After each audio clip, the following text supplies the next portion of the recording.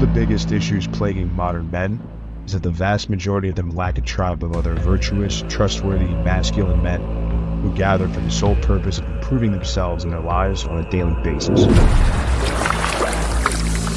Most men simply float through space, working a dead-end job, only to go home to a nagging wife or girlfriend that doesn't respect them. Their friend circles are nothing but fat, low testosterone losers who are more concerned with what sports teams are playing this weekend and what bar they're going to watch the game at. If these men are lucky enough to unplug from the comforting lies that modern society sells them and decide they want more out of life, they look around and realize they need to get into a better room. That's where a private community of men chasing excellence comes in. The men in our community have all committed to being the best versions of themselves that they can possibly be.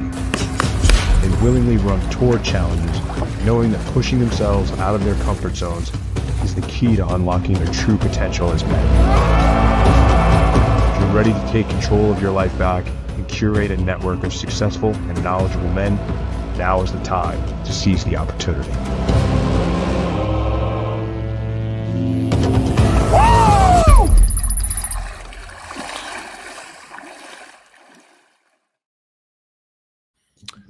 What's up, guys? Welcome to another episode of Chopping It Up. We got Moff and I back in the house. Got a bunch of bookmarks to go through and catch up what's been happening this week. What's up, brother?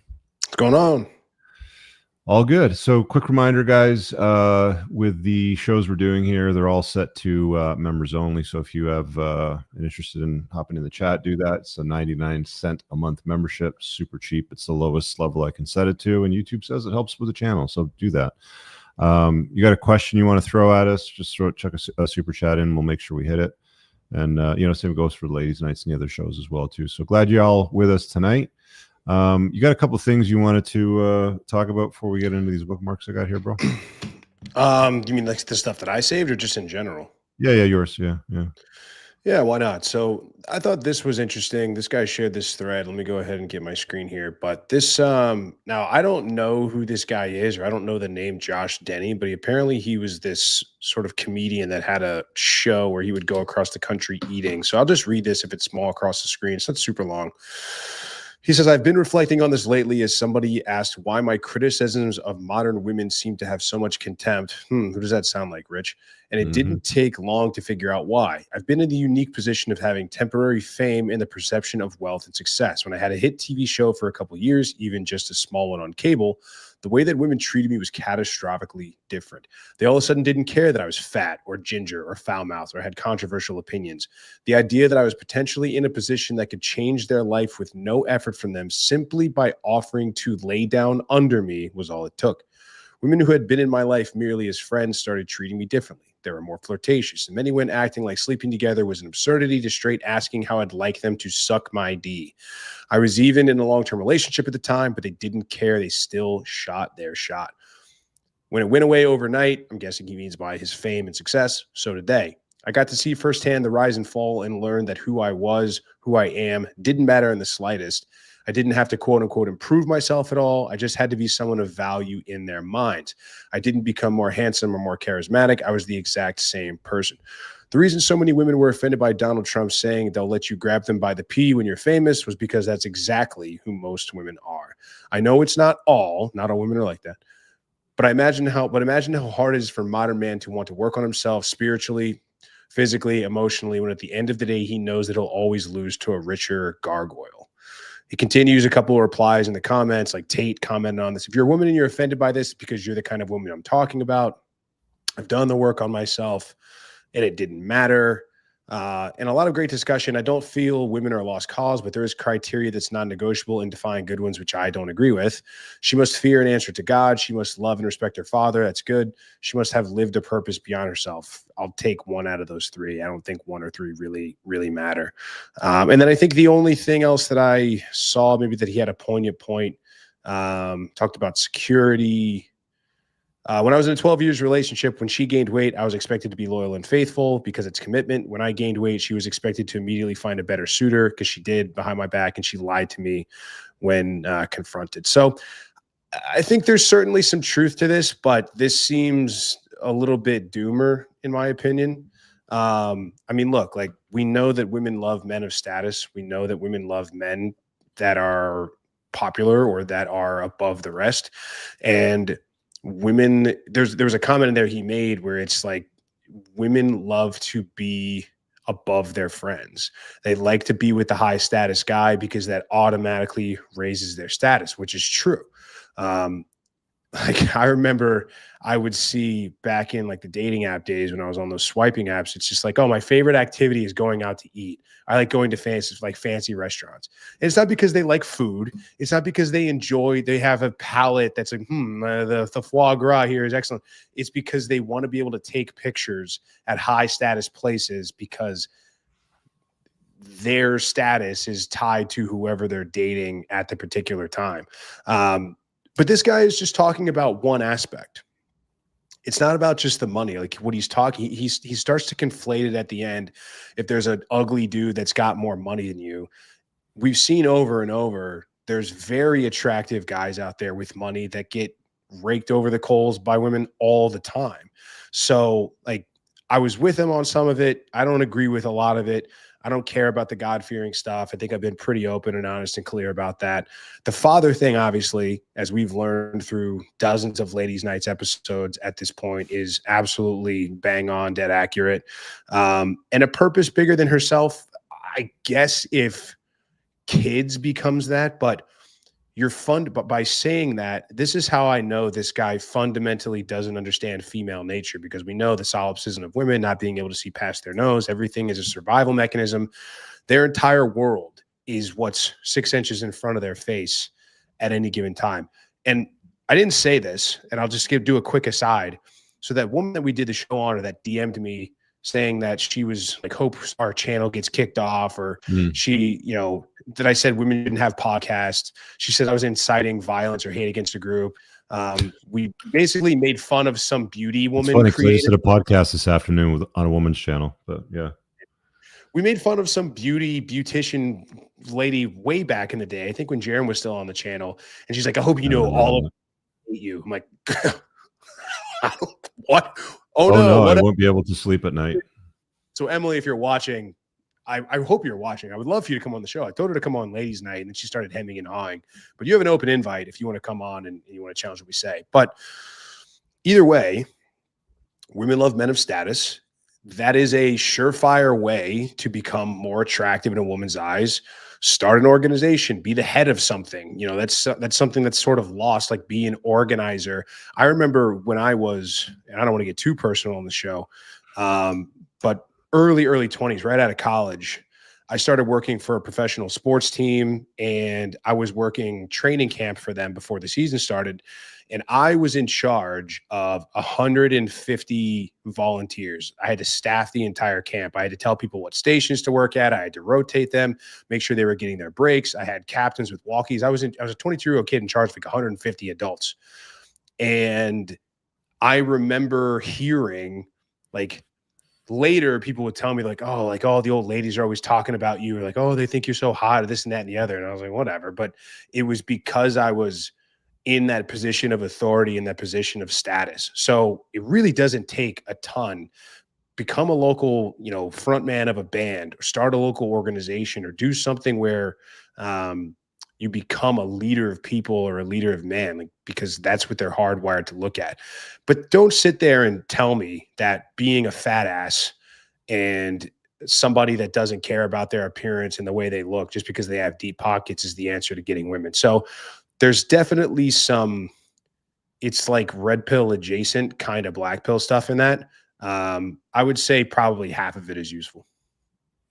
Yeah. I mean, I got nothing to add. Status is status, man. Chicks dig status. If you're influential, if you're important, they flock to you. There was that story of that footballer. What was his name? I can't remember his name. Messier. Anyway, there was a footballer, and he's very popular. He's known in the circles, relatively handsome guy. There's a guy that looked kind of like him, and apparently he duped a whole bunch of women on dating apps coming across and implying that he was him. and they all slept with him. You know, and they found out in hindsight that he obviously wasn't that guy, and were very upset and had buyer's remorse and wanted to do all kinds. I don't know where it is stuff. now. He wasn't that guy. Yeah, I don't know where it is now, but I saw this across. I don't know where I saw this, but it was some guy put on like a UFC branded t-shirt and some sunglasses and was walking around like a casino in Vegas. And he had just some like just a random guy. And he had some photographers with him. He had kind of like an entourage. He had 2 guys in front, 2 guys behind, kind of flanked. And girls were just all over him trying to take pictures with him. They're like, oh my God, like, I can't wait to see your fights. Like, dude, if you've got $500 to spare, or maybe even a little less, like that'd be a fun experiment to try out. Like, see, it just, I mean, and they like, yeah, they don't know you. They just see people following you around, and they're attracted to it. There's nothing else to say, but that does not mean that all of your self-improvement efforts are in vain, and you should not lose weight, and you should not be in shape, and you should not learn how to speak properly and eloquently and all of these other things that we talk about. So don't just focus on one thing. It's like the kind of guys that think we only say get rich and nothing else matters. That money, like just be rich and have a bunch of money, women will fall at your feet. Like we're constantly mischaracterized because we've never said that. And it's clearly, you can see cases like Elon Musk, Jeff Bezos, Tom Brady. Like when it comes to, you can make an argument for Elon, but for some of these guys, like money doesn't cure beta. Like fortune doesn't cure beta tendencies. And we've seen that play out. Oh, richest guy in the world is going to be taken to court from a mid-level thought, like a what an idiot, dude. But I got a couple of bookmarks on that. That's progress over the week. You want to talk about Elon's email to the federal employees? Yeah, I don't have any bookmarks, but it's pretty self-explanatory. So there's this post that went viral from Elon a couple of years ago, right when he was starting to take over Twitter, and the CEO at the time sent this big long, basically chastising comment to him, like, hey, the comments you make on Twitter about people aren't doing their jobs, or we can reduce their workforce, they're not really helpful, and they're kind of bringing down team morale. And, I hope that we can have an open dialogue and discussion, basically like reprimanding him like they're his mother. And his response back was just, what did you get done this week? Right? So cutting through all the BS and just saying, okay. What work have you got done? What have you got done? And every single, as far as I know, every federal United States employee got an email that got to their inbox, and it says, it was in 5 bullet points or less. Like, take 5 minutes and list out 5 bullet points of what you achieved or what you got done this week in your job, and CC your manager and send. And if you choose not to respond, we will assume you're tendering your resignation. And people are losing their minds. There's people that are suing. There are people that they're like, I can't believe he's making us do this. If you calculate all the time it would take if every employee did this, to a cost to the taxpayer, and you really are realizing that how deep the corruption and this house of cards that is the United States federal government is really made of. I worked remote for 3 years.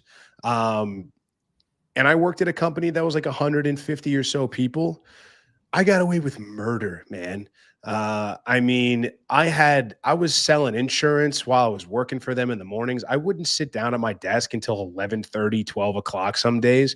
Nobody would bother me. I maybe had 1 or 2 meetings in the afternoon, and I was just sit back collecting. And it's like, that's a company of 100 people. And I was on a team of 12. Like, imagine the thousands of people that don't even answer emails or open their laptops, and they're just off walking their dogs, or they're getting brunch, or they're getting drunk at 3 p.m. in the afternoon on a Wednesday. Yeah, I mean, you want to talk about draining the swamp. That's exactly what we're doing. But it's just so funny how a basic, like, Rich, let me ask you this. Yeah. What did you get done this week? What did Give I me get a couple done? bullet points of what you got done. It's Monday. Week. It's Monday. Well, in the last week, like, and since we last spoke on this call, dude, I can tell you what I did today, and it's quite a lot. Go for it. I got a workout in. I go to the bank, take care of some banking. Also got a wire transfer done. Did a podcast for fucking almost 2 hours today with this gal. Wrote an email for the list on the changes to the communities. Responded to a whole bunch of people that I've had on the table. Had a call with one of my editors to modify my thumbnails. Had a call with my shorts editors. I mean, you want me to keep going? I mean, the list goes on. That's just a Monday. It's one day. Yeah, it's never ending, man. That's honestly, the it's kind never of ending. incompetence. That's the kind of incompetence and laziness that we are dealing with in this country. I mean, it's absolutely amazing. Ask me to justify my employment, you know, today for my paycheck. It's like, you entitled little brat. Like, that's what it is, man. Like, he's onto something. Like, the vast majority of people he found when he went to Twitter didn't need to be there, and he got rid of them. No, and he cut them. Is Twitter public still, or is it private? That I don't know. Let me have a quick check. My guess is it's still public. I wonder if it's profitable. I don't think so. I think that's something we would have heard. I think it's continuing to lose money, but that's not the point. Publicly traded since 2013. However, in 2022, Musk acquired for $40 billion. Oh, so he took it private. So you don't know if it's profitable. I would not be surprised if the company's turning a profit at this stage. He does not run unprofitable businesses. And, you know, like, headcount is, it's in the school of entrepreneurship, guys. Like, I talk about it in there, like, having employees or minimizing your employee headcount is an incredibly important step in an existing business if you're pivoting, or if you want to engineer a brand new business, to do it with as low headcount as you possibly can. The vast majority of people do fucking nothing, and you can eliminate their jobs. You know, it's like these bullshit jobs that just exist to employ somebody. And I think the government's pretty well known for over-employing incompetent people that really don't need to be there for the most part. You know, you just send them home. Yeah, there was these videos that went viral a few years ago where, like, it was mostly women that would do this, of course, naturally. But it's like, follow me in a day in a life at working at Facebook. And it's like, I got to my office and there was always this stupid, like, and then I went to this and I went to that, and that was really good. And then I went downstairs and got some breakfast and everything was free. And then I went down, I got some meetings, took a nap. Then I came back and it was 2 p.m. mocktail hour. And then it's like, then I went out to cocktails, and then I went, it's like, 2 hours of maybe some work got done in a 15-hour day. And it's just these bloated companies that are almost just too big to fail. And then people wonder why they're getting axed. They're wondering why, like, Salesforce is laying people off or Meta is reducing the workforce. It's like, because the company's bleeding like a stuck pig and they don't need you around. It's payroll is your biggest expense as a business owner, like, by far. So yeah, it's just, I think people are going to continue to be in for a rude awakening, and people are realizing, they're not realizing it because they're kicking and screaming and complaining, but most people ain't special, man. Like, you don't really add any value. I get a lot of emails and DMs from people asking me to do things for them. Some of them, they're people that I work with or have worked with or may work with, or they're just randoms. Look at this. I wrote this book. You know, here's a breakdown of something I saw in your video and some sort of thing. And it's just like, if I were to acknowledge and respond to every fucking single, I wouldn't sleep. I would be working 24/7, 7 days a week, 365 days a year. You have to look at things and just be like, no, I'm not doing that. Or, no, that's not important. Like, even if I get, like, I have a stack of mail here on my desk over here, and it's like, I don't go through mail regularly. Like, I'll go through mail like once every fucking 2 weeks. Right. Oh, I had to pay interest on a fucking bill for, like, cost me $2.13. Oh, no. Oh, big fucking deal. That's the cost of it sitting there for 2 weeks. So I only have to do it once every 2 weeks. It's like, you know, there's shit that you just don't really need to do. Right. Whatever. Yeah. And I mean, to that point, I mean, well, I kind of did this on my own show, I think 2 weeks ago, because I told a little bit of the story about how you and I got involved, and I kind of broke it down more. And I said, I gave these guys the blueprint. It's like, look, man, if you want a guy like Rich Cooper's attention, here are the steps that you take. You don't just cold blast email him and ask him for stuff. You don't cold blast DM. You figure out what he wants. You figure out what adds value to him. Like in this case in particular, I called into the show to give you a good, decent clip so you could use. Then I joined the community. Then I added value. Like all of these things compound on one another. And man, like every day that I deal with people that are now, I don't get nearly as many DMs and messages as you do, but I still get them. And you're right. Like I think it's hard for people to understand if you don't respond to them. Because back when I first started doing this thing, and I know how this makes us sound, and I don't really care. This is gonna make us sound pompous and self-important. That's not really the goal of this. But I used to respond to pretty much every message I ever got because I was not used to that. Like, hey man, like saw you on Rich Cooper's thing. It was so cool. Lovely. Oh, cool, dude. Thanks for the support. Like, how long you been a follower? Like, how long you been following shit? Like, I would have these conversations, and that just started to pile up. And it just would get to a point where it's like I just can't do it. Like I can't respond to these guys. Like again, I'll never do anything else. I'll spend all my time. It's not as scalable. I can't live my life doing it that way. So again, guys that want to get ahead and guys that want to get in front of people like you, in front of guys like me, not that I'm anybody, I'm a fucking internet nobody, and I understand that, but there are ways to do it that are not just bombarding and asking for things. So I don't know, maybe we'll talk about that more one of these nights, and we'll just give guys the blueprint, because it seems like we do that a lot. It seems like guys will ask us questions. Well, that's what I mean. Like you have to show up with some kind of value, right? So, you know, one of the things that I do in my schedule is podcast interviews. Somebody's read my book, they've watched my stuff, they want me to on their podcast. The vast majority of podcasts out there are very small. I'm not like Joe Rogan's guys are not reaching out to me saying, "Hey, can we have you on Joe Rogan?" I'm not there. So they're small startup podcasts. They're probably maybe even good podcasts. I don't fucking know. But if you're not getting views, then all you're really doing is you're having me on your show to interview me for yourself, basically. Right? Like if there's no views, there's nobody watching this. So it's you just asking questions, getting help for free. Coaching call. Yeah. So, I mean, what I'll usually do is like, okay, so what's the podcast? And I'll link it. It's like 900 views per episode, 300 views for like the last episode prior to that. I'm like, hit me up when you've got an audience, bro. You know what I mean? And I think somebody heard me say that. Well, not somebody, but this one guy, smart dude. First thing he said in his email, he goes, "Hey, I know you're busy. I have a small podcast. Can I buy an hour of your time for my podcast?"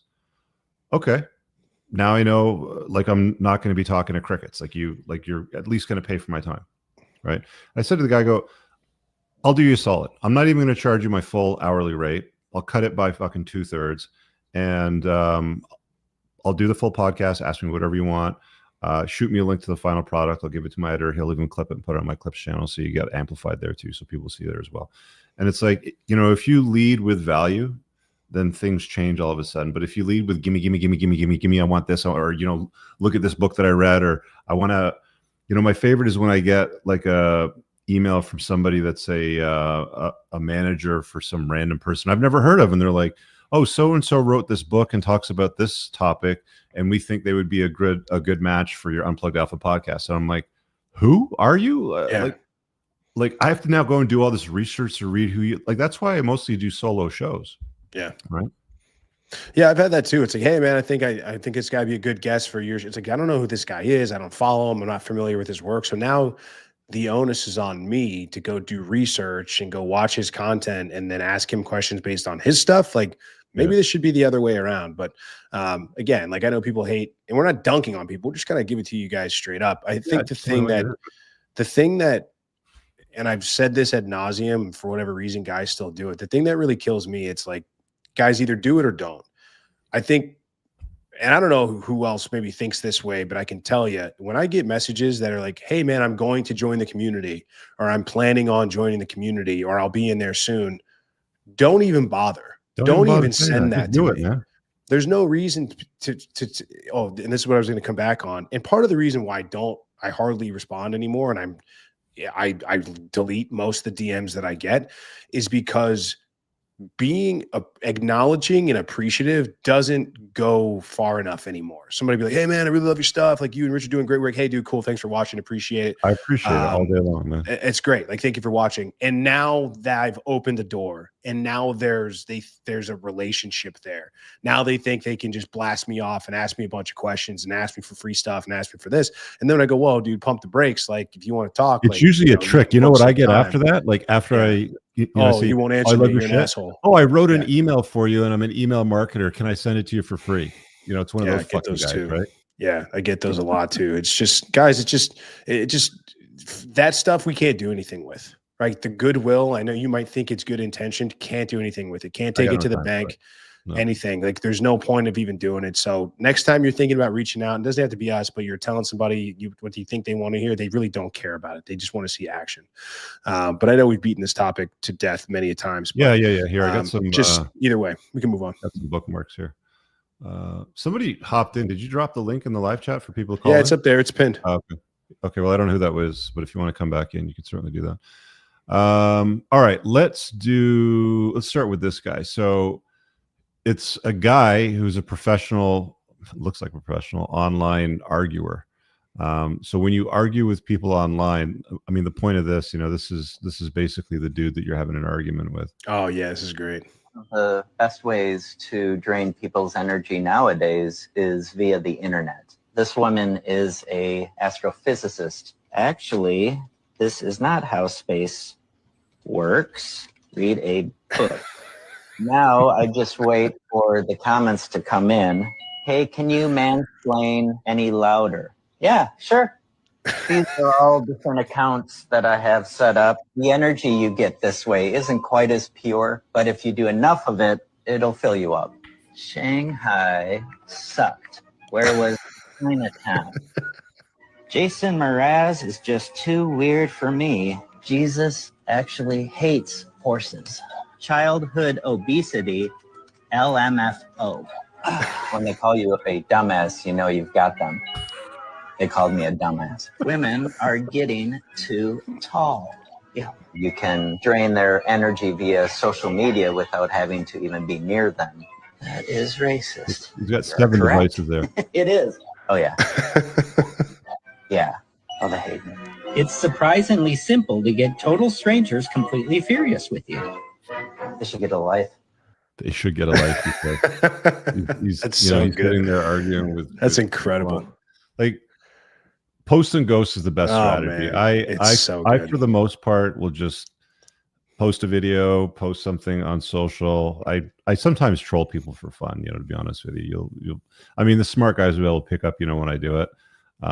Those that can't, I mean, I'm sorry, I'm not going to explain it all to you, but I just generally follow like a post and ghost policy where it's like post something and then that's it. I generally stay away from reading comments and replies because, I mean, half of them are this nerd over here. You've seen, I spend too much time in the comment section. You've seen it too much, but it's something that I'm slowly moving away from. But we were talking about this before the show, and this goes for anybody. It's like most of the time trying to convince anybody of anything or argue back with them, it's not even about the context of the argument itself. It's about winning and losing. And most people are so dug in with whatever they're not even dug in with what they think is correct. They're just dug in with the fact that they are correct and you are incorrect, that they're right and you're wrong. And regardless of the facts or anything you lay out before them, even that defies what they're saying directly in the face, they will find a way to spin it to make it so you are wrong and they are right. They will lie. I'll say I like waffles, and they'll say Moff just said he hates pancakes.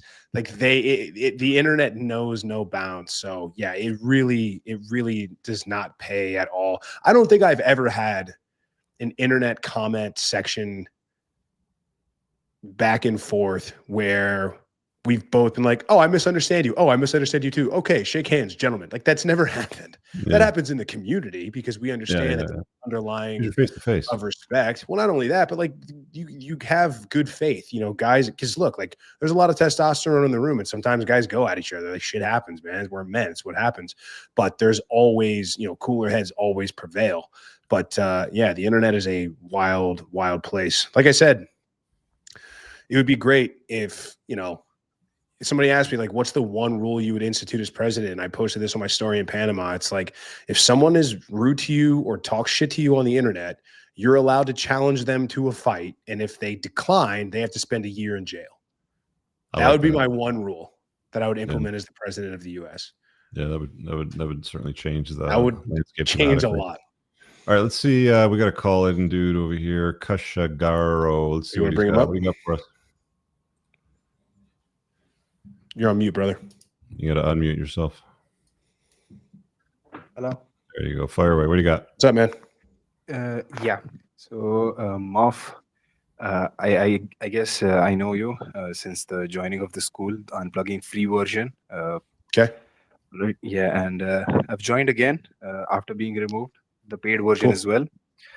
Yeah. The one question that I have for you is that you said that if we want someone, if you want to find a mentor like Rich or any other guy for that matter, we need to find or provide value to their life. How is it that we provide value to their life, or how do you think we should be able to find out that this is something that they want without communicating or talking to them? Well, let me ask you a question. Yeah. What do you think Rich and I find value in? What do you think is valuable to us? I'm fairly new to your channel, but from what I've seen so far, for me personally, I think that self-improvement, growth, and changing the lives of men who are suffering these days in the modern society, that is something that you know. So how can you take that and apply that to your own life in a way that gives value back to us? I haven't figured that out yet, but I do know how can I use your content to make my own life better. I mean, for the past 6 months, I've lost a lot of. You just answered the question. Yeah. So why don't you do that and then provide a testimonial? That'd be awesome. That's value. Yeah. But yeah, sure. That's a good idea, sir. But then again, like I said, if I want, take a step further, more than a testimonial, or something much more, like if let's say I want to start a business, which I am doing right now. I'm planning on starting my own business, and I intend. Are you starting your own business, or are you planning to start a business? Because those are not the same thing. I'm starting. I'm not planning. I'm way into it. I've already. There's a good amount of money I've already invested in it, and within a few months' time, I think I'll be running my own business. And I have to join the other school as well, the School of Entrepreneurship, so as to learn some more skills and, refine my own business, become rich. The thing is, apart from testimonials and things like that, how do I, find a mentor who's willing to guide me towards success, or being, in the 1% or 10%? Well, you have to give value, right? So I'll use my own story really quickly. I talked about this on my own show, but what I did is I recognize that Rich is a YouTube figure, and he has call-ins, and he wants valuable call-ins so that he can turn into clips, and so people can see it, so we can get more call-ins, so we can sell more books, so we can help more men, et cetera, right? So I did that. He said, he told me, here's what I did that 99% of people won't do, right? Somebody calls in and say, hey guys, I want to start a business. What should I do? Like, well, make sure you're not making the mistakes that everybody else makes and running shitty businesses and failing, because we have an entire school of entrepreneurship where not only will you network with other current and hopeful entrepreneurs, you have all of this content that'll get you on the right path. But then they just tell us, they give us one of these. They won't listen to us, or they think they know better, so they won't do it. Didn't do that. He told me to join the community. Guess what I did that night? I joined the community. The next thing I did was take the lessons and the teachings from the book, from the YouTube channel, apply them to real life, figured out that, maybe this guy knows what he's talking about because this stuff actually works. And then I reported back and I said, hey guys, I went out into the world. I did this, and this, and this. This is what worked. This is what didn't. I'm going to keep doing what works, and I'm going to see myself. And I started to have better success with women, started to make more money, commanded more respect, got better leadership roles, made better friends, built a better network. Everything that he had said to do, all I had to do was follow it. Yeah. And so what I've done now, what I was able to do then is I started being an authority in that group, an authority in this space, to a point that he noticed it, said, this guy listens, does what he's told, does the work, reports good successes. And he's a blueprint of, if everybody that saw the channel and read the book took the advice and put the stuff into the world that I said they should. There shouldn't be just one of me. There should be hundreds of me. But I'm just the guy that was willing to do what so many other guys weren't.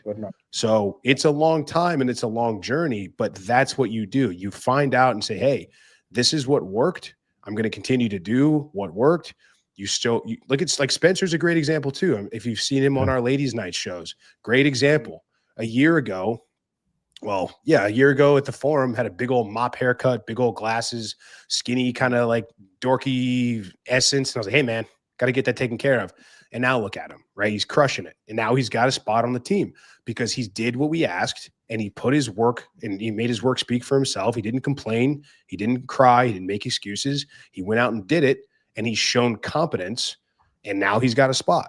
So that's what it boils down to. It's finding out what's important, doing the things that make them look good or add value. And because then he can say, look, you guys want to say I'm full of shit, but here's an entire team of guys that I've built that got there because they followed the advice and they discovered my work at the right time. And here they are. So that's really the X factor. It's just doing the stuff that we say to do. It's just taking the things that we say, this is what will make you successful and actually applying it. It's really, I wish it was, there's no secret sauce. Like I wish it was like a big secret that I could just package up in a bottle and sell, but it's really not. It boils down to just doing the work and we beat that into the ground, but that's the answer. That's the secret sauce. It's right there. Okay. All right. Yeah.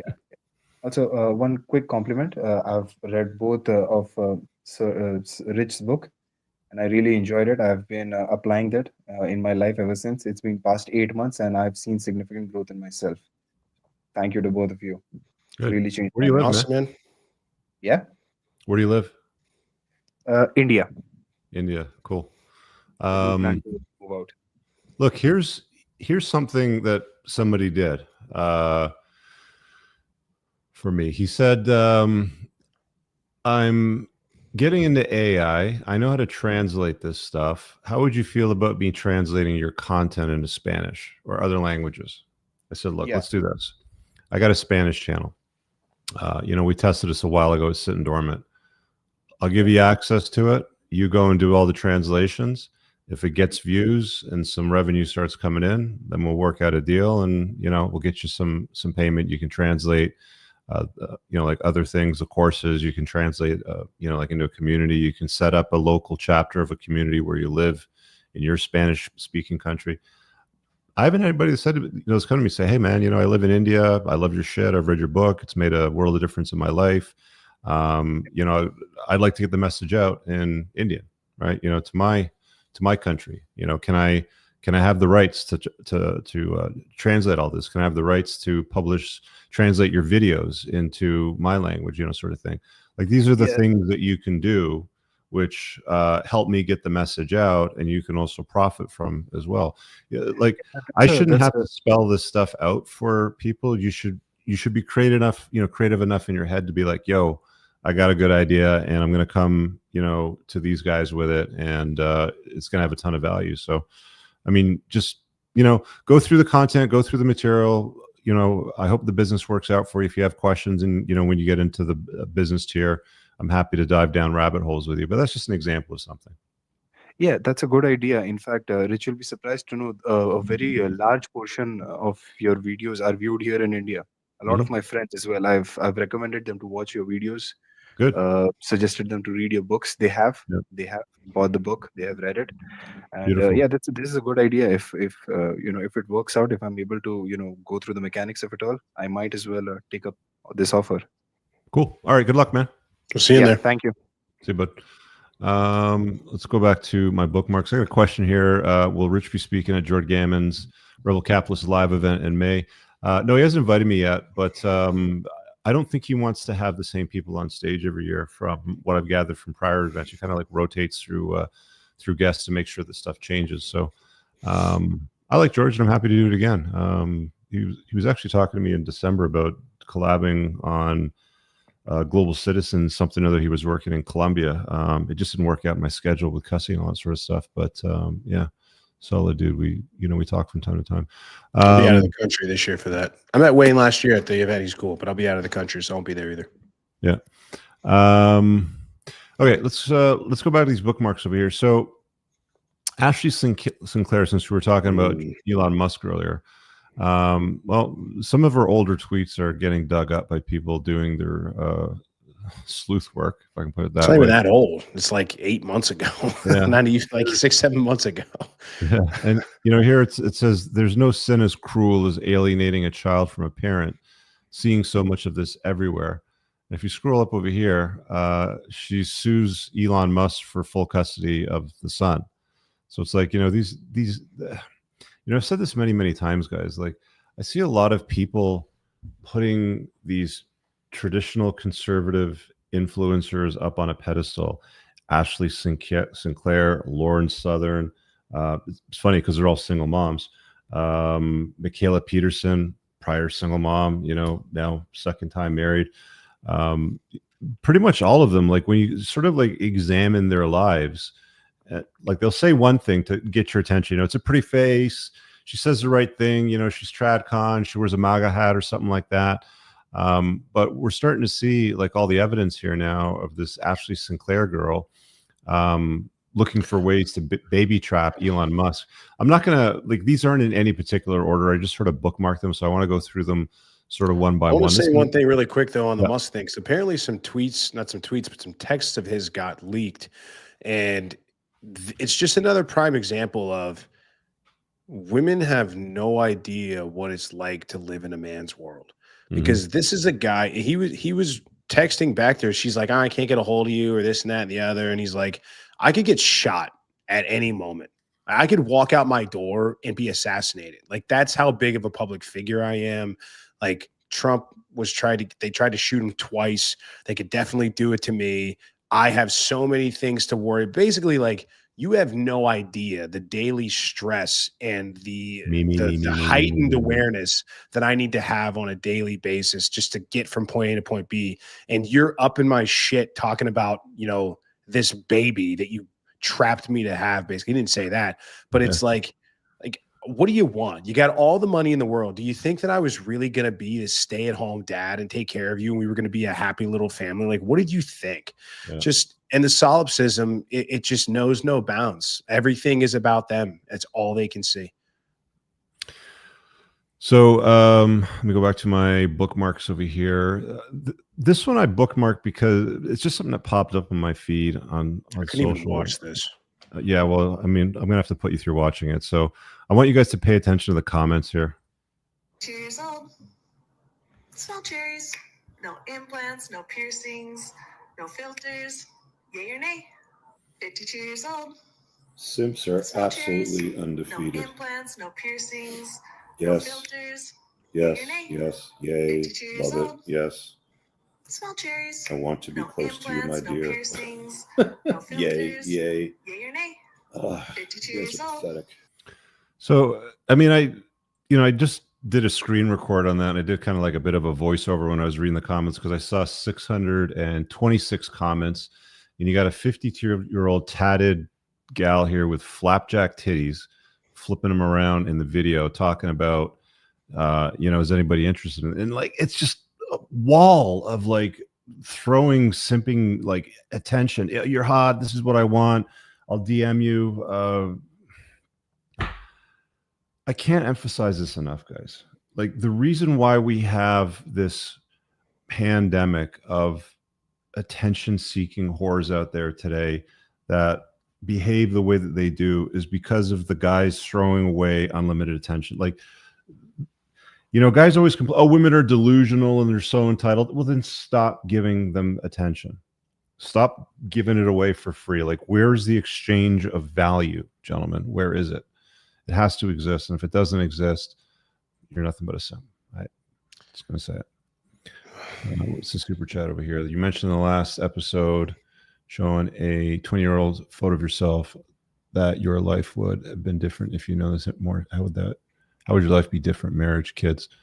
I'm not sure I'm clear on that, but what I was talking about is the whole point of us creating the schools that we have created within the communities is we wanted to give men, younger men, all the information that we wish we knew when we were young men that we now know today. How would your life be different? You certainly choose better women. You certainly find a better path to true wealth, not bullshit jobs that you waste time in, sort of lining other people's pockets with gold. I mean, I can go on and on, but I thought it was pretty clear when I explained it. Just get into the. I think he was more so asking you, right? It sounds like he's more so asking you, like, you know, if you had known all this stuff at 20, what would you have avoided doing, or how do you think your life would have turned out differently? But it's like, the biggest why mistake even is usually speculate? with relationships. Yeah, but it's like, dude, imagine, you know, not having that marriage, you know, or it's like, imagine. It's like, take away the thing that made you unlock this knowledge, makes you no longer have that knowledge. So it's like, oh man, do you, like, somebody asked me one time, like, oh man, like, you know, does that breakup still mess with you, or do you still hurt over? Like, no, of course not, man. Like, it's the greatest thing that ever happened to me was getting dumped when I was, you know, a couple years ago and getting red pilled by this chick. It's literally like unlocked so many things that I never thought I would even have close to any access to, as far as the network and, you know, the kind of money that I have started making now, of doing that on my own, and business partnerships and relationships, all that sort of stuff. So it's like, yeah, it's, you can't, it's, there's no reason to sit there and speculate, because you're not just born with this sort of knowledge. Like, this is very unique knowledge and information that you almost exclusively have to go through some bullshit to unlock it. There's some guys, one guy in particular, who's kind of been like always at a natural at this kind of stuff in our group, and we know him well. But at the same time, he's also a guy that wants to be a perpetual bachelor and doesn't want to have kids, which is not something that I've ever been on the other path of, or wanted to either. So, I mean, who knows, right? So, I don't know. There's really no point kind of speculating, because I wouldn't want things to turn out any other way than they do now. Like, there's just, I don't know. Maybe I'd be a billionaire if I knew this stuff when I was 20. I have no idea. Maybe I'd be dead. There's really no way of knowing. Yeah, I think the biggest difference, if you're going to put it that way, would be far, far better choices with women. I wouldn't have stayed in Canada. You know, knowing how the landscape and the climate has changed here, for sure, I would have mobilized myself, created a location-independent business sooner. I probably wouldn't have done much different with my health, because I've always been in very good shape. But those would have been the biggest changes for sure. Let me grab the next clip I have over here. So if you guys don't know, Germany just had an election, and they've just elected another crap government. And people are celebrating this. These are some. I'm not a spring chicken, of course, but I'm old enough to remember when Germans were often considered logical, orderly, highly intelligent. They make some of the best engineered cars in the world. Germany is a very interesting culture and society, but this is where it's now arrived at today. Elon Musk, fick dein Mars-Projekt. Scheiß kalt und Arsch weit weg. Hab Brandenburg entdeckt. Bianchi Bikes. You know, it's funny because I posted this and Jack Donovan made a comment. He goes, all I see there is two nerds trying to bang a bunch of girls. But the polls, or the climate in Germany, are indicating that the population's leaning more left.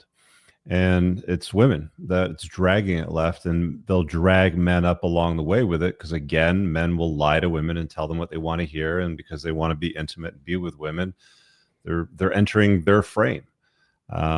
So see you later, Germany. You know, you guys are kind of screwed. You know, good luck with your new government and your you know, your strategies, but I can't see this thing working out in the long haul. I mean, the thing that makes me chuckle is just the sheer arrogance that these people have. There was that other, I don't know if I have that. All right, let me pull up that, because that's something I posted kind of in the same vein. Just the tweet that I had. Hold on, let me see if I can find it and share it real quick. This guy, I reposted this. Hold on.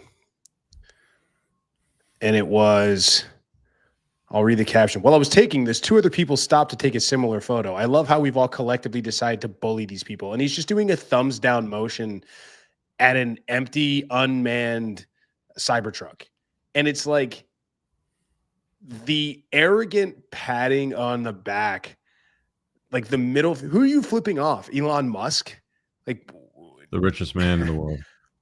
this guy doesn't even know you exist. And the fuzzy, warm feeling that you get knowing that you're just like, yeah, I'm really sticking it to the man. You're bullying somebody. It's like, who are you bullying? You're doing this and taking a picture of it. Like the sheer hubris these people have, where it's like, this guy doesn't care about you. This guy doesn't think about you at all. He doesn't know you exist. You are so obsessed with this guy, like that.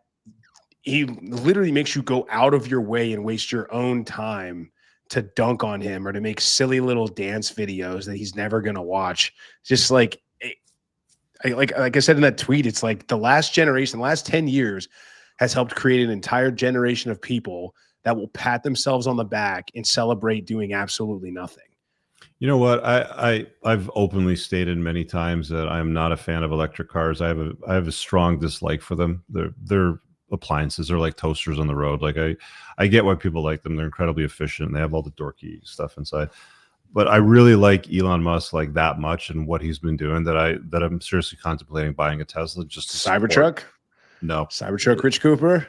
Nah, Cybertruck's get weird it. Looking. Get it wrapped with the Unplugged Alpha branding. I don't know, man. It looks like a nerd with a ruler designed a Cybertruck. It's not really for me, but like just to make a statement, because I support the guy. I like what he's doing, and I'm happy to give people my money that that earn my my trust and my will in what they're saying. Let me ask you a question, Moff. How many people do you think died last year in the Canadian healthcare system, waiting for healthcare, like in hospitals and stuff like that? Well, I know one of them. I would say it's in the thousands. So we've got a count of 15,474. And the reason why at least it's free. Well, the reason why it came up is because you always get these dorks online. Coffee Time News. Number of people that go bankrupt every year from medical bills. Canada, 0. Australia, 0. France, 0. Like they're basically saying countries with universal health care, people don't go bankrupt because of it. And in the United States, 326 people go bankrupt because of healthcare. But I don't know how many people died in the United States waiting in waiting rooms, but in Canada, the amount of people that died waiting in waiting rooms for healthcare amounts to 15,474 people. I'll tell you a little story. I had a ski accident a number of years ago, and I thought my leg was broken, and I broke my thumb. So they casted my thumb, and I needed to get my leg x-rayed. I waited in the waiting room for about 5 or 6 hours. Now, I wasn't critical. I wasn't going to die, but I was legit fucked up. Like I was like, I don't know what's going on here. My leg had ballooned up, sort of thing.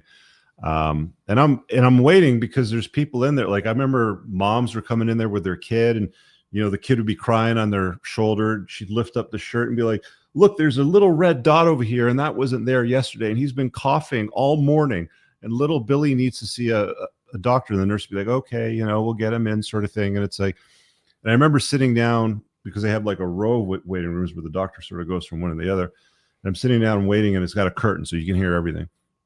So the doctor goes to the guy, okay, so what's up? He goes, my knees are really hurt. They're fucked up. I'm in extreme pain.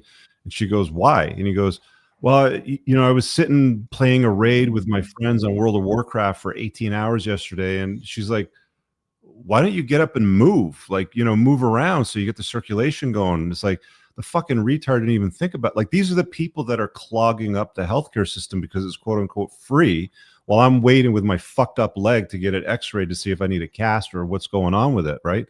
Like, this is the problem with Canadian healthcare. It is not good. I've lived here all my life. Everybody, you get free healthcare in Canada. I would happily pay out of pocket.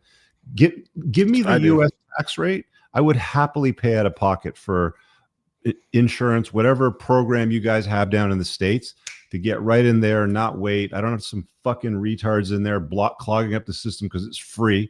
Everybody goes in when Billy's got a cough, or the idiot was sitting for 18 hours straight and his knees don't work. This is the way things work. But no, everybody wants to, like, I don't want to become the 51st state because I get my free healthcare. It sucks.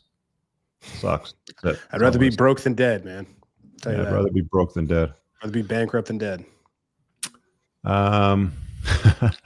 Here's a funny one that I bookmarked. I mean, some of these I don't put up on the screen. I just sort of like bookmark them. The caption says, when your father told you you'd never accomplish anything in life and you prove him wrong. And if you can't read the caption on your screen, if you're on a phone, it says best anal sex scene. And she's being awarded in her little shiny dress with other ladies sort of like, oh, well done. It's like women will literally take attention for anything, including best anal sex scene. Next time it'll be the rusty trombone. Or if you don't know what that is, I'm not going to explain it to you. Look it up. But I guarantee there's the award for that too. Well, it's always so funny because people are like, oh, man, imagine how her dad must feel about that. And you're like, what dad? Like, there's no father in the picture. What are you talking about? Like, oh, why don't you interview fathers of like women that have done porn or women that have become prostitutes? Like, they're not around. They're dead. Yeah. Like, they don't exist. Kiz is in the UK. He's saying the same thing with national healthcare system over there. Like, yeah, everybody gets healthcare at the lowest bar possible. That's what you get. You get shit. Yeah, you don't have a choice, though. At least in America, you got a choice. It's like if you want to have health insurance, you can have it. If you don't, you don't. You can keep as much money as you can possibly get from the government. I don't have to pay in to a system that I'm not voluntarily using. So we've got a recording here from the Tim Cash show, Tim Pool. I put a caption here. I've been saying this for years. These Tradcon hoes are all the same. They're covert feminists, given the opportunity to target wealthy men, enrich their lives, leverage family law for financial benefit, and alienate the father. They will do it. Well, here we go. Have a listen. That the Gen Z really doesn't have traditional dating periods. Yeah. You're just kind of hooking There's up no and definition talking, to anything. hey, maybe we should go back to like traditional dating. My girlfriend's a Democrat. I'm like, well, get out. How does that happen? I don't know. And that's what I said. I said, there is a fundamental difference in the values of Democrats and Republicans. That's not going to work. I mean, what happens if she gets pregnant? No one wants to commit or be in a traditional like dating. Right. These weird talking stages, and their talking stages mean like the hookup phase. Why do we have so many people making choices that really are against their biological nature? I feel like this is a majority of the Gen Z girls and the whatever they're calling that other generation. They really fell prey to this hookup culture. They're understanding that it's not making them happy. If you're a young man looking for a more traditional relationship, go to church. Yeah. I just feel like they have to live, you have to walk the walk, and you can't be calling for traditional lifestyles if you yourself are involved in hookup culture and things like that. Social media contributes to the problem of people always thinking there's something else out there. Well, I could do better. I think it's more important to be have shared values rather than interests. I think interests are temporary and can be switched out and changed. You want to promote family values and tell everyone to have families, and that's your purpose, but it's also very hard for people to do that now. So there are a bunch of people trying to take your kid away from you as well. Yeah, exactly. You have people who can't raise families the way that we're supposed to. They are really trying to take our children from us. She's literally doing the same thing today to Elon Musk. All right. Like, I'm telling you guys, follow these bimbos if you're an idiot, man. If you guys really take any of these bitches seriously, you deserve whatever happens to you. Yeah. Watch the damn behavior. I went hard on Zelensky this week. So there's two frames, original, like give us money. We'll take it as a loan. And then he changed his tune to basically, oh no, it's not a loan anymore. It's free. If you can't give us some financial support, okay, please give us a credit and we will give you back money. If you can't give us. So he's talking about give us credit and we'll give you back money. And then in his next speech. Знаю, що у нас було 100. So he's saying this in Ukrainian, so I'll just read it out and mute it because it's got subtitles. I know that we had 100, and that's a fact. I'm not going to recognize 500. I think he's talking about billion, no matter what anyone says, no matter how we communicate, with all due respect, again, with all due respect to the partners, I am standing firm because this is a true situation. We are absolutely right. And the second situation, to be honest, even 100 billion, I am not ready to fix. Let me explain why. Because we should not recognize grants as debts. Do you like it or not? I negotiated with Biden and negotiated with the Congress of the United States of America. I'm grateful to the Congress. It was the presence of two parties. There you go. And he cuts off from there. So he's talking about the money being received as a grant, where prior he's basically begging for credit and, we will pay you back. And as it stands right now, the United Kingdom is actually trying to negotiate mineral rights for the money that they've given Zelensky. And it looks like they're probably going to work out some kind of a deal. I got another bookmark over here, Moff. I really don't like, Zelensky. People ask me why, he's a slime ball. He's a rat. He's a fucking rat. This piece of scum has laundered hundreds of billions of dollars. He's murdered his own people. The women have left the country and they're partying in Ibiza and on the beaches and shit like this. And the fucking men are dying and they're fighting a war they're not going to win. And he provoked and instigated it by trying, this whole NATO angle and stuff like this. When you go down the rabbit hole and you look at all the details, he's played a huge part in killing off a large percentage of his population to financially enrich himself. There's been a lot of people that have said that he's been selling off arms that he was given for free. A lot of the money that they've received has certainly not gone to a war effort. It's gone to line the pockets of people. It's a money laundering operation, and people are starting to see that now. Spread the word.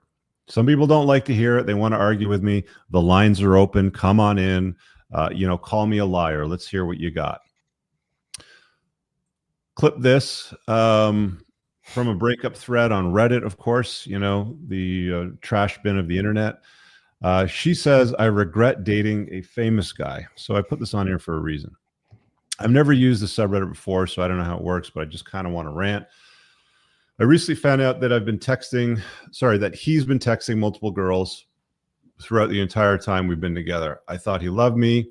He was the nicest guy I'd ever been with. He treated me with so much love and respect and would even spend hundreds of me, every single time we go out because I'm worth every penny, quote unquote, and that I deserve it, quote unquote. I trusted him so much. I even gave him my body, which I'm ashamed of because I've never done anything like that before, although I'm 21.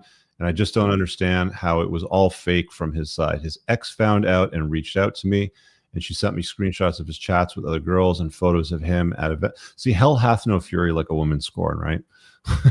Ex found out and reached out to me. She sent me screenshots of his chats with other girls and photos of him at events with his arms around different girls, and it genuinely destroyed me because I found out on Valentine's Day, and that apparently she went through the same thing before they broke up. All of my friends warned me about dating a public figure, but I just never listened to them, and ashamed that he obviously wouldn't hurt me, and now I feel so stupid. He knew all about my issues and traumatic experiences I went through and always reassured me and reminded me of how much he cared for me. I don't know how I can trust a guy ever again. I'm beyond hurt. He found out that she spoke to me and hasn't texted me since. I haven't had a conversation with him ever since I found out. He's not even trying, and it hurts because the worst part is that I still deeply love him and care for him. How can I get over it? He raised my standards so much and just disappeared. Yeah, he raised her standards into the stratosphere. That's what, it's been said that a wealthy man will change a broke woman's life, but a wealthy woman won't look a broke man's way. And I've said this many, many times. I mean, you're going to, you want a famous guy, as the caption states, don't expect him to be sexually exclusive with you, right? I mean, he could be committed to you. I mean, it seems pretty clear. He loved me, nicest guy, treated me well, spent money on me. She's worth every penny. I deserve it, blah, blah, blah. I mean, Moff, what do you think about this? I mean, we've got proof in the pudding, man. We've got women that have come on the show and they are the happiest women on the show. Like, you got Angie, who's like, I have an extremely high level top shelf guy. I don't go looking for dirt. I don't go looking for trouble. If he does, he does. If he doesn't, he doesn't. I have stuff to do. Like, keep him happy, keep the home nice, be his, relax, be his peace. I hate that. But make sure he's nice and relaxed and he's got food and he's relaxed because he's got a business to run. He's got all this other nonsense. Why don't I just shut up and be happy? Right. And the most unhappy women are the ones that come on and say, he cheated on me, or he was texting other girls, and now I'm lonely and single and I can't find a man, and I'm old and bitter and I'm on the wrong side of 30, yada, yada, yada, yada. It's just sucks, I guess. I mean, this girl's screwed, like alpha widowed, like you read about. I mean, this is, your standards are high now. Like, you're never like, there's no dude that's ever going to live up to that standard. And it's like, and you got to blame, part of it's also feminism. Part of it is also the Disney machine is for women as well, man. It's like, look, you see, you hire a traditionally good-looking masculine dude to play like a dorky role and say, oh, wow, like the dishwasher at Taco Bell is actually a model with an 8-pack, and that actually exists, and he'll be loyal to you, and he'll only love you and care about you forever. So go get it, girls. Naivete. And this is just more fatherless behavior. This is not a woman who's ever been sat down by her father and said, hey, look, this is what you're going to run into in life, so you better pick your poison. But another case of women thinking they can have it all. Another cautionary tale.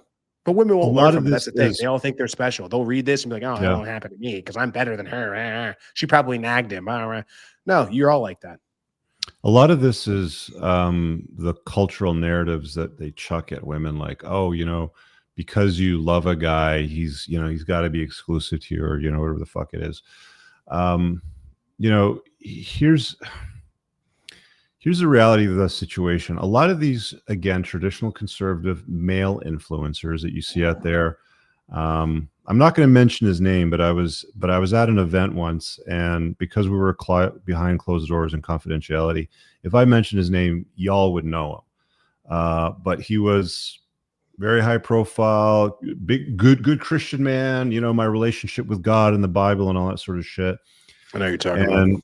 As we're doing the the updates going around, he's fucking talking about I can't stop fucking other women. When I'm on a business trip or I'm doing a speaking gig or something like that, he's like, these hoes are coming at me and I'm just banging them, right? But if you were to see his social media or his podcast interviews or any of those, he's like, I'm a good Christian man. I love my wife. We have a family. I'm very committed and all that bullshit. And fuck it, like, just tell the truth. I mean, just instead of sweeping it under the rug like most fucking guys do, just fucking tell the truth, because this serves nobody. Famous guy bullshit. Have you heard of the country Hungary? Of course. It's a European country, and they have introduced a policy. I'm going to be honest with you. It's misandrist. Check it out. Like, you think a country like this would be a little cleaner on it, but check this out. Look at this. Okay, so it's in their language, so I'll translate. Yeah. So we're launching the largest tax reduction program in Europe. This is what I call a breakthrough. This guy's been on the PBD podcast, by the way. We're introducing full lifelong income tax exemption for mothers with 2 and 3 children. For mothers. For those with 3 children, in one step from October 2025. For those with 2 children, in stages from January 2026. This is a world sensation. There's nothing like it anywhere. We are also launching the largest tax reduction program in Europe. This is what I call it's a repeat. Okay, so that's it. So basically, he's giving moms a tax reduction for having 2 to 3 children. What about the fucking dads? I mean, it's really amazing. Serious question. Eastern Europe's supposed to be patriarchal, conservative, God first. What about the fucking dads?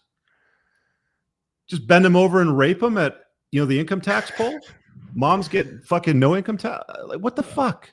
So I can't say anything about Hungarian culture, but I can tell you, at least in America, this would be a absolute fiscal disaster on the U.S. economy, because women are already a net negative on the economy itself. They consume far more than they produce. Until they're 65, by the way. Percentage, right? Then then they can start paying up. Okay, so. But it's a small, it's like the top 1%. It's like the top 10% of the wealthiest people in the U.S. pay like 75 of the income tax revenue they're responsible for. The 1% is solely responsible for like 46%. So when we hear all this BS from AOC, who is the dumbest congresswoman who's ever lived, and I can't believe she's ever been elected. It's Don't probably say that, because- Moff. You're going to get DMs from angry women. Please telling do. they're gonna Please rat you DM out me to and the tell me government. how smart she is. Please tell me. Please do. Please come on the show and debate me on that. Saying tax the rich, tax the 1%. They don't pay their fair share. It's like they pay 40%. They say almost half of the entire income tax revenue. And then to sit here and say we're going to give them more breaks to an already a demographic of people who accounts for 73% of all consumer spending. They don't pay down their student loan debt. Men have shown over time, men pay down their student loan debt. Women don't. So the reduction in student loan debt is solely due to men that are paying off their loans. It's just bananas. You are rewarding you're rewarding women for terrible decision-making with who they choose to lay down with and who they choose to sleep with. And the fact is they probably couldn't keep a man around because they're annoying. And now they get rewarded for that. And now they're just going to spend more of that person of the money, and they're going to be more of a burden on society. Like, when are we going to finally say enough is enough? My goodness. It's an interesting and perhaps even a good idea from a starting point to encourage your population to have children. I mean, the replacement rate needs to be 2.1 for a country. I mean, obviously you can't have 2.1 kids, so it's 3, but give citizens a meaningful tax reduction for having 3 kids. But make them be together. Give them a tax break for being married. They got to be married. I was just about to say, as long as she's with the father. If she leaves the father, fuck you. You lose the tax reduction. Removing the father from the household is one of the worst things that you can do to children today. So there's no thought put into this. It's just, virtue signal. We're going to give tax breaks to moms. It's never been done before. The biggest we are so amazing. And pat ourselves on the back some more. Shut up, fat ass. All right, let's do one more before we wrap it up. So I did have a breakdown yesterday on the Entrepreneurs and Cars channel on the Cold Hard Truth playlist. My GoPro's fucked up, and I wasn't able to record it in the car, so I couldn't get it to my editor. So I just did it as a live show. And I read some of the comments in the morning, and it was about 50-50. Like the guys that are, I see this all the time. When you look at the comments, because there's guys that watch our shit that get it. And there's the guys that watch your shit that just don't quite get it just yet. And you can see the difference when you hear the pilots chime in, right? So I'm talking about what happened at the Pearson. I broke it down. There's more evidence that came. That's it. I'm done. I'm not going to talk about it anymore. But some of the comments were really, really interesting because the guys that got it made sense. Like, I'll give you an example over here. So this guy over here says, pilot here. The owner of a flight school where I took flight lessons told me years ago that men are better pilots. He has trained thousands to fly. He said, I know it's not a politically correct thing to say, but I do not care. That's the reality. The other dude over here, and I'll tell you what the simps were saying in a bit. This guy over here, Shane, says, I'm a low-hour student pilot looking for a career change in my 40s in the Midwest. Half my class is women. Oh, my God. This is why I like to check the comments from time to time, but just on the videos, not on social media. Day one, icebreaker instructors ask why we sign up. So it's like, when we get together with the boys, like, hey, why'd you sign up for the community, right? You kind of go around the circle. So same sort of question. The icebreaker question. First girl that talked said that she made the decision when she found out how many programs there were to pay for school, and because she loved to travel. Well, gee, she signed up to become a pilot because she likes to travel, not because she likes aviation, aircraft, loves people. She just wants to travel to take fucking photographs. All the girls instantly joined in. Oh, me too. They were oblivious to the guys' dead stares. Of the 4 guys, 2 of us are ex-military but not pilots. One is current Air National Guard chopper, I think dealing with loads on a Chinook. And the other is a 19-year-old Eagle Scout whose dad works in the Forestry Service, who could name about any plane that's ever dumped water on a fire. Every lesson when planes with unique configurations, etc., are brought up, every guy can think of examples. And the girls have literally zero fucking knowledge on the history of flight. They have literally no interest in it until they get pitched a job that could make them lots of money and see the cities of the world. This is the code in the matrix. When I say, hey, Are you seeing the code in the matrix and unplugging? This is the stuff that I'm talking about. This is where the guys that get it, that chime in, that provide some value. And then the other half of the guys are just simps that are like, oh, you're being sexist and racist. It's like, no, the fact remains to be true. There was a woman flying the plane and it landed on the roof, and she only had 1,500 hours and was only certified like a month before. We'll see what happens when they reveal all the details with a cockpit. Well, the craziest part about this is that people apparently are still championing for her to continue flying. Like, this is something that is a career ender at worst, or is a very, very, very, very long administrative leave at best. Like, you don't flip a damn 737 on its roof and then just start flying next weekend like nothing happened. But that's what people are calling for. Oh, well, nobody got hurt. Oh, well, nobody died. So, Thank God they built a right robust back plane. in. And now they're offering 30 grand to every passenger that was on the plane, no strings attached or whatever. It's hush money. Stone Age, man. Oh my God, it's hush money. That's all it is. I mean, it's just unbelievable. And it's like, there was another Delta flight that caught smoke today coming out of Atlanta. And now it's like, I don't know if I ever want to fly Delta again. There's one in Toronto today. Again, a flight that was going to France. One of the engines caught fire, a Boeing 777. It turned around and landed. Thankfully, everybody's okay. But what the fuck is going on with the airlines out there? Unreal. Kizza, I got a better alternative. Tax women at a flat rate of 75%. Watch how quickly women move away from careers into being single mothers. Yeah, good point. All right, let's take this call here from JC, and then we'll call it an evening. JC, what do you got for us?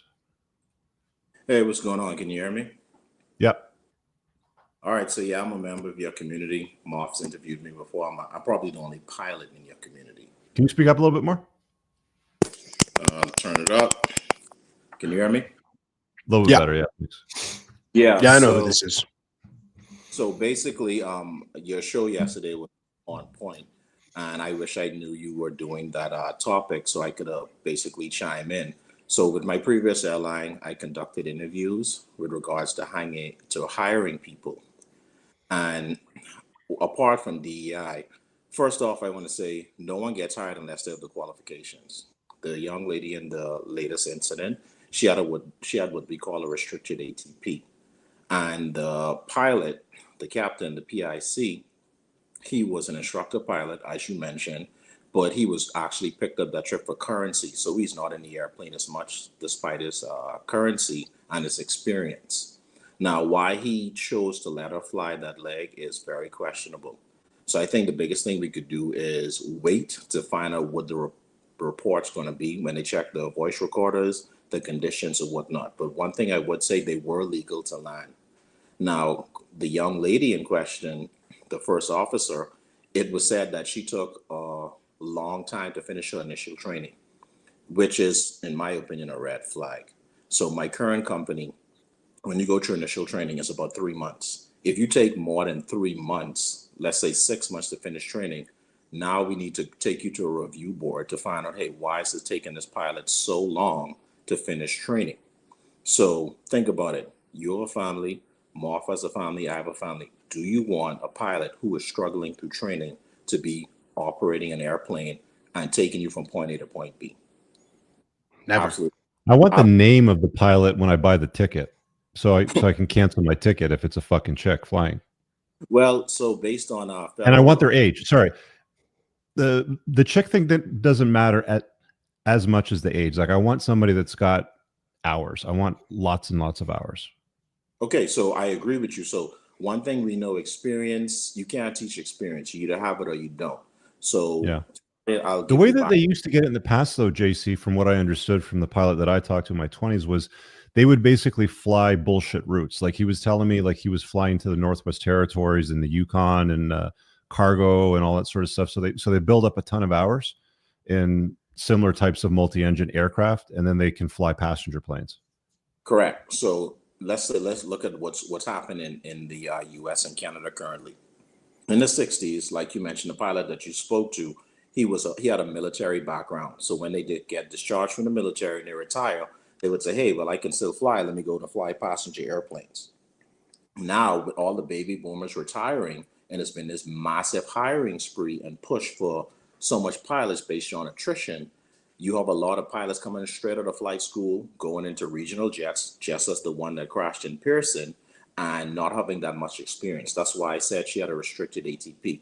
In the United States and Canada, you have to be a minimum age of 23 years old and have 1,500 hours of experience. Now, granted, it sounds like a lot of experience, but it's not. But if you had a pilot who was just a flight instructor flying around in a small single engine airplane teaching people how to fly, what experience do they really have with regards to an airliner or a regional jet flying passengers in high density airports? You see, do they put the junior pilots in the regional routes?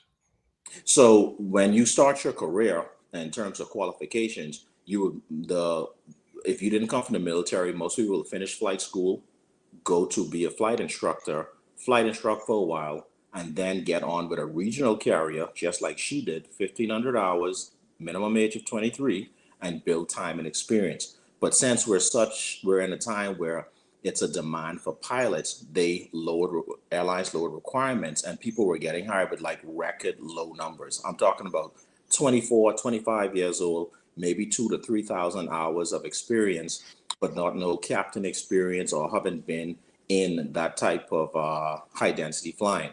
So now we have a lot of younger pilots at major airlines who are qualified on paper based on requirements and insurance to fly. So here it is. I'm not saying it was just based on her experience that this incident happened. That's why I said we have to wait to see what exactly happened on the cockpit voice reporter, with the airplane, etc. However, I still stand by this, and I'll die on this hill. You cannot teach experience. So we don't know what happened. And then when we look at the whole DEI program, but that's a whole other topic. Yeah, you could give someone an opportunity to have an interview, but are they really qualified, and that this is who you want flying the general public around? That's a very important question you have to ask yourself when you're conducting an interview. So what did you say that your role was with the airline? I'm sorry? What did you say that your role was with the airline? Did you say that you were a mechanic or engineer? I'm a pilot. I fly for a major airline in the U.S. I've been flying professionally since 2007. This is my third airline. So I have about 15 hours of flying. Yeah. Okay. There was an engineer that made a comment on a Twitter post, and he was talking about his experience watching more young women enter the workforce as mechanics, engineers, and in the cockpit as well. And he was saying, he'd seen composed, mature, tenured pilots or mechanics just turn into butter because they put a pretty girl next to them, sort of working that. Like, what's your take on that? Because my take is what I think happened. And if you watched the show last night, I mean, you already know what it is, but I'll say it again because there's probably some new viewers, is the pilot said, you take this because it's autopilot when you're flying, right? Like, you're landing the plane, you're taking off, and you're taxiing. That's when you have control of the plane, right? Correct. So I'm guessing that the pilot said, okay, you take this, or maybe she asked and said, hey, do you mind if I land at this time? And, he took the radio, and what you saw happened, right? That's what I think happened. I think that's what the cockpit voice recorder will sort of reveal at the time. But, that'll come when the Mayday episode comes, right? I agree with you. So with regards to older seasoned pilots, let's say the pilots from the 60s and the 70s, when they see a young pilot, whether it's a male or female, and I'm going to pick on females for a second, they tend to get skeptical, nervous. What's their experience? What are they bringing and whatnot? So think about you being a seasoned gentleman. Let's say you're 50 years old, for example, then you have a 25-year-old come in the cockpit to fly with you. It's a big difference in experience and personality. So at the beginning of a trip or a flight, the captain sets the tone. Who flies which legs, who does what. So I don't know why he elected to have her fly that leg based on his experience, or however, if he was comfortable. So that is very questionable. So at the end of the day, Simping. it's the captain's discretion. I'm going out on a limb, man. No, I am agreeing with you. I'm just letting you know how it goes. Yeah. But we have this funny saying in the airline industry, even no matter what happens, the captain is wrong. After they execute him, they're going to hang the first officer. So both will be one. Got it. All right. Thanks for chiming in, man. All right, Jesse. Appreciate it. Talk soon, bro. Take care. All right. Coolio. Got any other super chats? Are we good? We're caught up? Done. Good to go. Love it. Okay, guys. Thanks for watching. You have an awesome night. Do all the things that are supposed to be done in the comments for the algos. We'll see you guys. You're on tomorrow night. You got a show for ladies' night? You know it. All right. Join the train wreck tomorrow night, man. Moff's going to have a good time. See you guys. All right, guys. If you enjoyed that podcast, make sure you visit my website at richcooper.ca to learn more about my courses, my book, The Unplugged Alpha, community, or booking me for private coaching. Also, if you are a Canadian with $15,000 or more of credit card debt and what you are doing right now isn't paying off the balances, then visit totaldebtfreedom.ca and hit get a free quote to see if you qualify to settle your credit card debt for less than you owe today over the next 48 months. Make sure you check out the top pinned comment on YouTube for all the links mentioned during the show. Peace.